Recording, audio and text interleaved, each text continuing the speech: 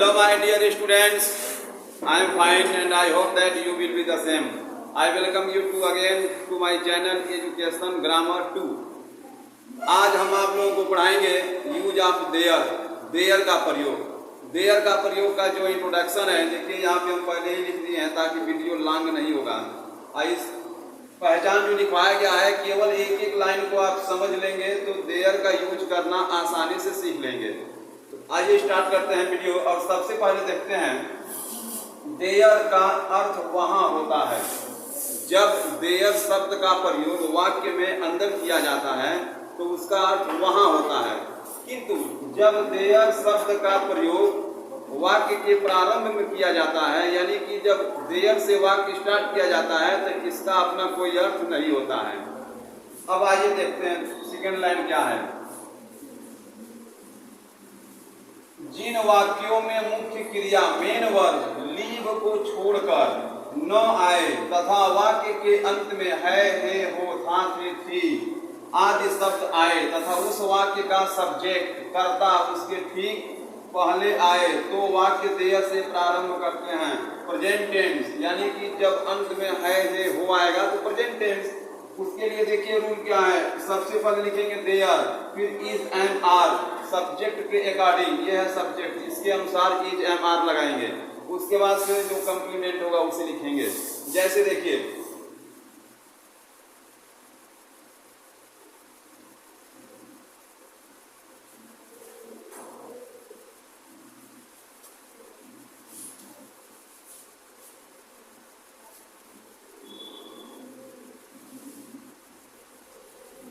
इस कमरे में 10 छात्र हैं।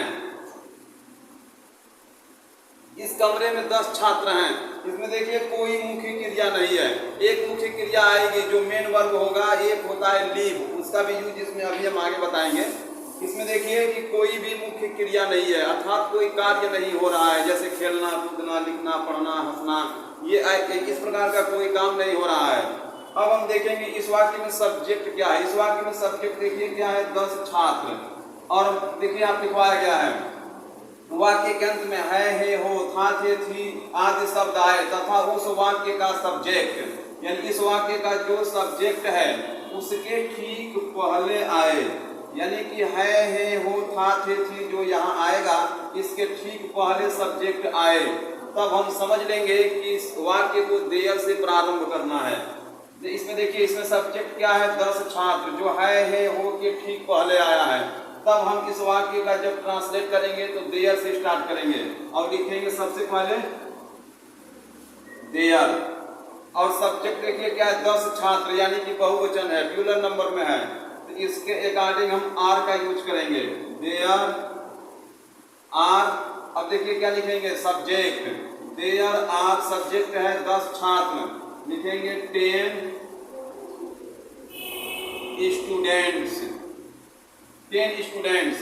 अब क्या बच गया है, इस कमरे में, इसको लिख लेंगे, पहले में एक अंग्रेजी लिखते हैं इन, अब लिखेंगे this room, in this room. फिर से आप इसे समझ लीजिए, इस कमरे में 10 छात्र हैं। सबसे पहले हम इसमें ये देखेंगे कि कोई क्रिया आया है कि नहीं आया है। इसमें कोई मेन वर्ब नहीं है जिससे कोई काम हो रहा है, ऐसा है, इस प्रकार से कोई क्रिया नहीं है। अब देखेंगे इसका सब्जेक्ट कहाँ है। इसका सब्जेक्ट है, हो के ठीक पहले आया है, तब हम समझ लेंगे कि यह देयर का प्रयोग है। और वाक्य बनाते समय सबसे पहले लिखेंगे देयर, उसके बाद सब्जेक्ट के अनुसार इज एंड आर में से लिखेंगे। यहाँ पे बहुवचन है तो आर लिखा गया है। उसके बाद से देखिए क्या लिखेंगे, सब्जेक्ट है 10 छात्र, 10 स्टूडेंट्स। अब ये बच गया है कंप्लीमेंट, इस कमरे में, इन दिस रूम। और भी एग्जाम्पल देखिए,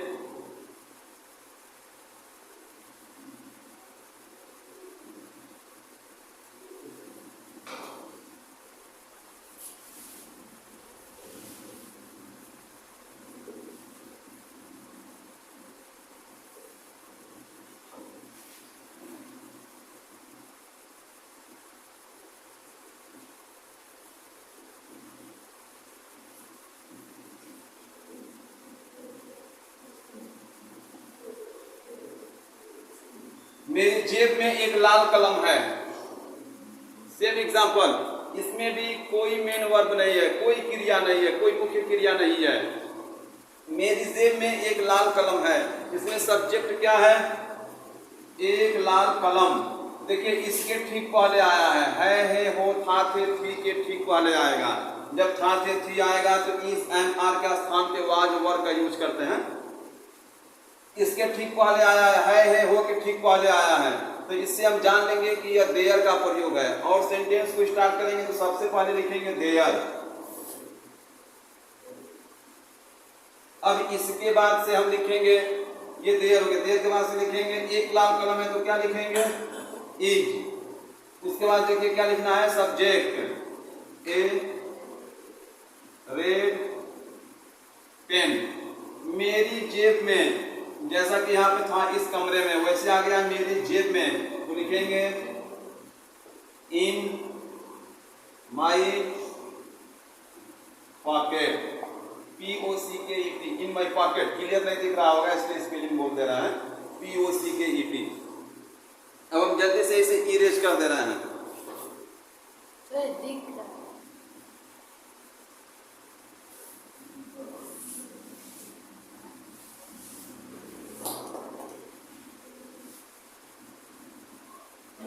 यहाँ कुछ स्टूडेंट्स बैठे हैं तो हम चाहते हैं कि आप लोग फास्ट इसको नोट कीजिए, क्योंकि हमको जल्दी इरेज करना है, इसलिए ताकि वीडियो लॉन्ग न हो जाए। ठीक है?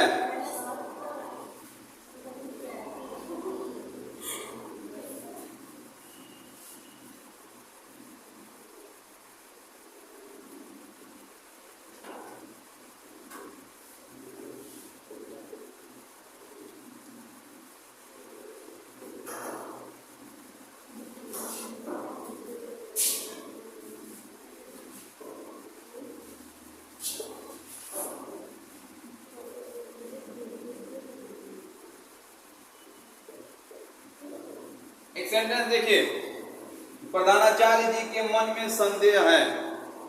इसमें भी देखिए, इसमें कोई मेन वर्ब नहीं है, लेकिन इसमें सब्जेक्ट क्या है? संदेह।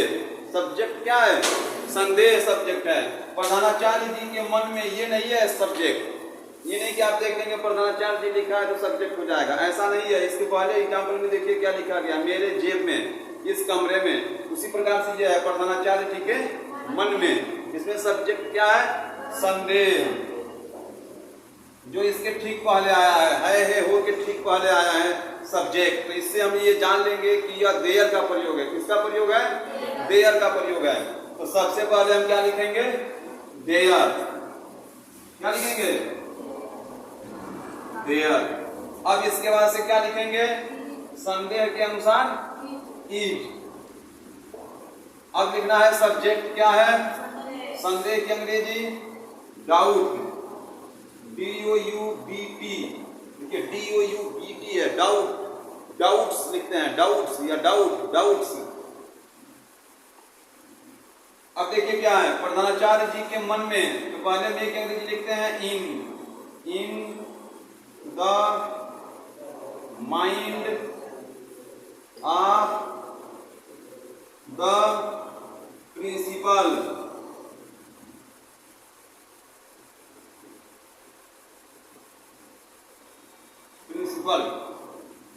यहाँ देखिए जी की इंग्लिश नहीं लिखेंगे।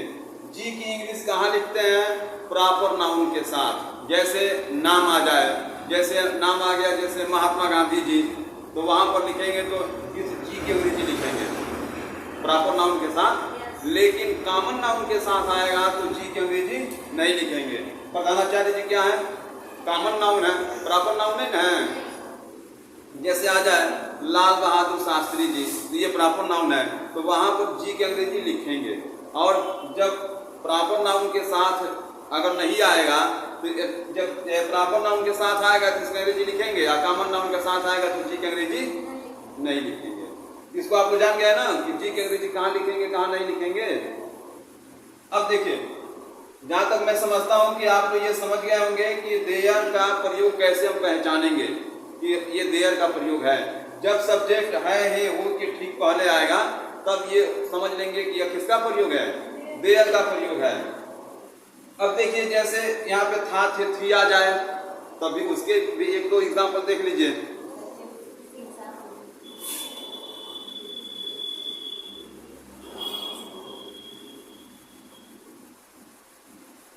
एक दो एग्जाम्पल उसका भी देख लीजिए।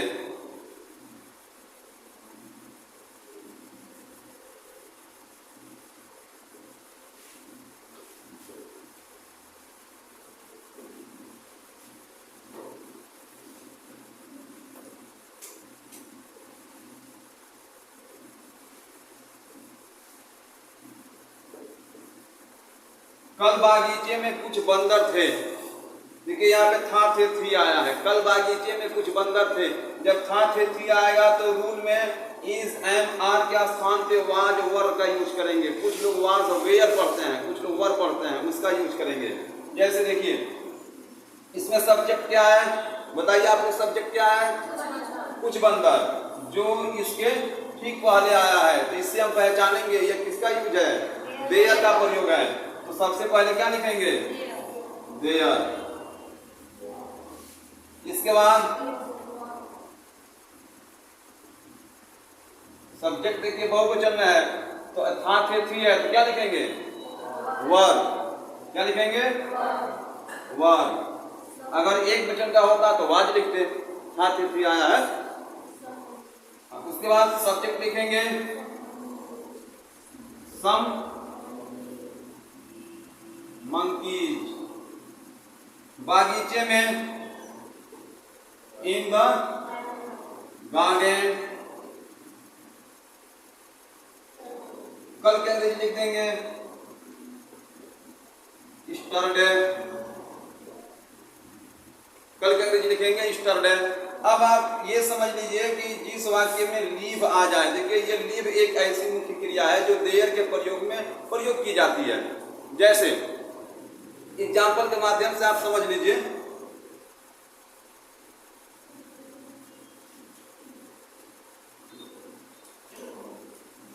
एग्जाम्पल के माध्यम से आप समझिए।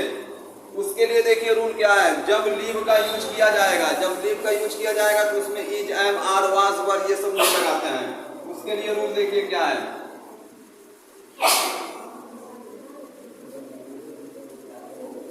उसके लिए रूल है देयर। इसके बाद से अगर प्रेजेंट में है तो लिखेंगे लीव, याद रखेंगे। अगर प्रेजेंट टेंस में है तो देयर के बाद से क्या लिखेंगे, लीव। अब लीव में सब्जेक्ट के अनुसार यस या ईएस लगाएंगे। क्या करेंगे, यस या ईएस लगाएंगे सब्जेक्ट के अनुसार। तो यहाँ पे ई है तो क्या लगाएंगे, यस ही लगाएंगे, ये तो लगाएंगे नहीं। इसके बाद लिखेंगे सब्जेक्ट, फिर उसके बाद कॉम्प्लीमेंट। और यदि ये पास्ट में है तब क्या लिखेंगे, अगर ये पास्ट में है तो याद रखेंगे क्या लिखेंगे, पास्ट टेंस के लिए देखिए क्या लिखेंगे, देयर। उसके बाद से लिखेंगे लीव्ड, लीव्ड लिखेंगे, वाज वर नहीं लिखेंगे। क्या लिखेंगे, लीव्ड। एक यस जो है लीव में लगाने के लिए है और एक यस ये सब्जेक्ट है। देखिए यहाँ पे लिख दे रहा है यस यू बी। ये जब लीव का यूज किया जाएगा तो अभी इसको हम समझा रहे एग्जाम्पल के माध्यम से। और जब पास्ट में आएगा तब देयर लिखेंगे, लिव्ड लिखेंगे, उसके बाद लिखेंगे सब्जेक्ट, उसके बाद लिखेंगे कॉम्प्लीमेंट। अब एग्जाम्पल देखिए, पहले इसका एग्जाम्पल देखिए।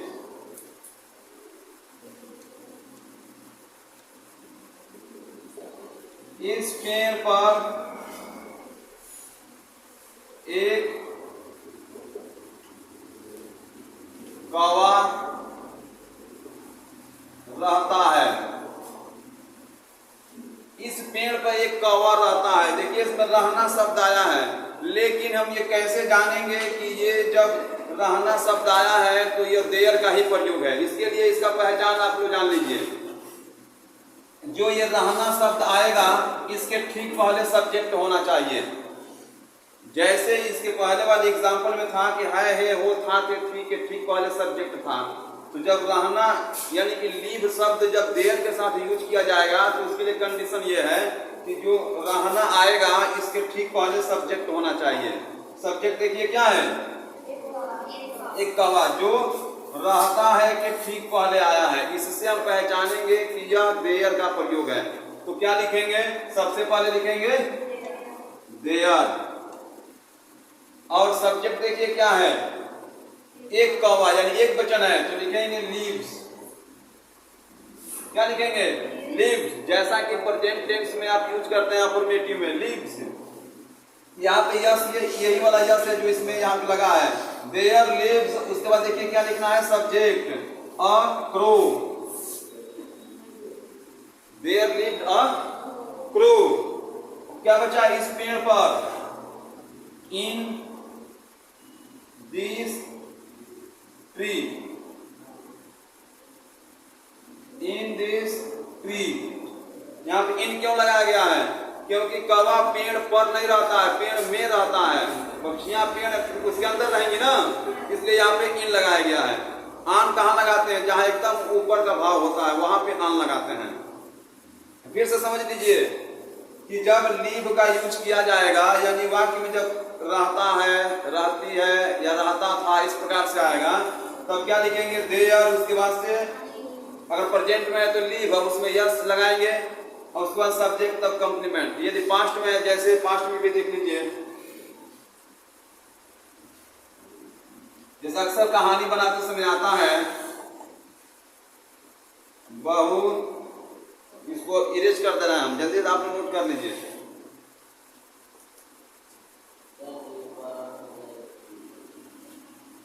जैसे देखिए अक्सर कहानी में आते रहता है,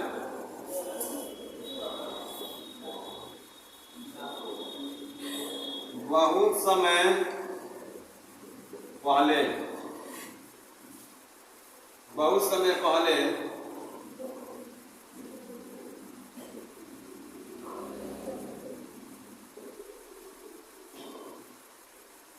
अयोध्या में एक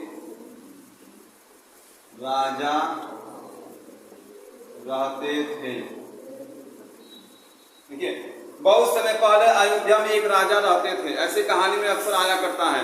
तो इस कंडीशन में हम क्या करेंगे? सबसे पहले ये जो आया है बहुत समय पहले, इसके अंदर लिख लेंगे लॉन्ग लॉन्ग एगो, या युगो युगो पहले आता है तो लिखते हैं लॉन्ग एजेस, या पुराने जमाने में, इन एंशिएंट टाइम। ये हम इसलिए बोल दे रहे हैं कि इस पे लिखने के लिए अब समय नहीं है और ये वीडियो लॉन्ग होगा, नीचे जगह भी नहीं, इसलिए हम बोल दे रहे हैं। जैसे आ जाता है कि एक समय की बात है तो लिखते हैं वंस अपॉन अ टाइम, एक बार, वंस। या लिखते हैं शताब्दियों पहले, सेंचुरीज एगो। ये सब कुछ ऐसे शब्द हैं जो देयर के प्रयोग में अक्सर आ जाते हैं।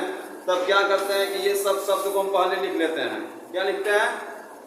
जैसे आ गया कि बहुत समय पहले, तो क्या लिखेंगे? लॉन्ग लॉन्ग एगो, और तब सेंटेंस देयर से स्टार्ट करेंगे। तो देखिए यहाँ पे आ गया बहुत समय पहले, तो क्या लिखेंगे? लॉन्ग लॉन्ग एगो, ये हो गया बहुत समय पहले। अब यहां से देयर से स्टार्ट करेंगे। क्या लिखेंगे? देयर। और देखिए यहाँ पे रहना शब्द आया है, और रहना के ठीक पहले एक राजा, ये सब्जेक्ट है, इसके ठीक पहले आया है, तो पहचान लेंगे कि यह देयर का प्रयोग है। देयर और रहना आया है तो क्या लिखेंगे? लिव्ड, क्योंकि ये पास्ट में है, था थी आया है, तो क्या लिखेंगे? लिव्ड। और अब देखिए क्या लिखेंगे? लिव्ड के बाद सब्जेक्ट, सब्जेक्ट क्या है? एक किंग, अयोध्या में, इन अयोध्या, इन अयोध्या। फिर से जान लीजिए कुछ ऐसे शब्द हैं जैसे है बहुत समय पहले, लॉन्ग लॉन्ग एगो, सेंचुरीज एगो, यानी कि शताब्दियों पहले, वंस अपॉन ए टाइम, एक समय की बात है, वंस एक बार, ये अक्सर वाक्य में आया करता है। तो इसको हम पहले लिख लेंगे और तब देयर से वाक्य को स्टार्ट करेंगे। इसे लिखने से ये होगा कि सेंटेंस भी शॉर्ट हो जाएगा और इजी हो जाएगा, और इसे आप इजी बना भी लेंगे। तो जहाँ तक मैं समझता हूँ कि आप लोग इसे अच्छे से समझ गए होंगे। यदि नहीं समझ पाए होंगे तो फिर से हमारे वीडियो को एक बार देख लीजिएगा, और जो सेंटेंस इसमें बनाए गए हैं उनको कई बार आप रिपीट कीजिएगा। इस प्रकार से जब आप करेंगे तो इसको अच्छे से आप समझ लेंगे। कुछ एग्जाम्पल हम बोल दे रहे हैं, आप लोग नोट कीजिए, फटाफट नोट कीजिए एग्जाम्पल। मेरे जेब में 100 रुपए हैं।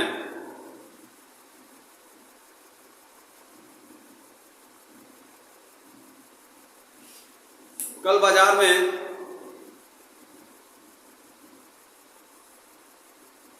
कुछ पुलिस वाले थे।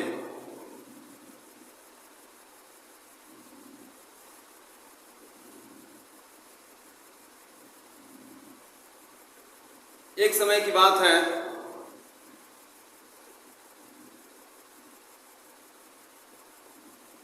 एक बूढ़ा व्यापारी रहता था। एक समय की बात है, एक बूढ़ा व्यापारी रहता था।